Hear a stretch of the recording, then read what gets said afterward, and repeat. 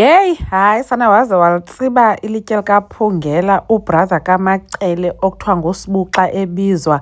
Molweni, ndanamkela kuMamgobhozi TV.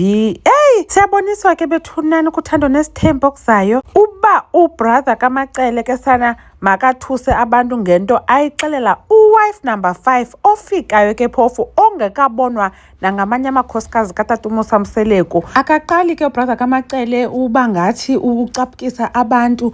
The last episode, I think it was episode 8, waye wathi mabahamba bahambayo. Yeva, wacula benikwe ibhotile negusha ke mntaka bawo kumnandi wathi mabahamba bahambayo. Abantu zange bayithanda lento leyo bathi udisrespecta amanye amakhosikazi la. Bathi ke abantu uforward kakhulu la brother and kwa i-sister bakaMacele bona kuqala ngathi banabo ubuforward obuthile. Xa besithi ke kwa ifamily le kaMacele yonke ingathi forward andiyazi noba babhekisa kulani baye bafuna inkomo for onke lamanye amakhosikazi aye athathwa ngutata uMosamseleku emveni komasawule. Andiyazi ke noba mhlawumbi ubrother kaMacele uye mhlambe abe kanti uthe futhu ezinto aye azithethe ezithusayo. So into yenzekileyo ke ngoku siyaboniswa ke ihleli ifamily kaMacele kuyatyiwa nanku ke nobrother wakhe uhleli phantsi daxa mntakabawo wamjonga straight emehlweni uwife number 5 wathetha into ethuse kwa usister wakhe uMacele wathi kuwife number 5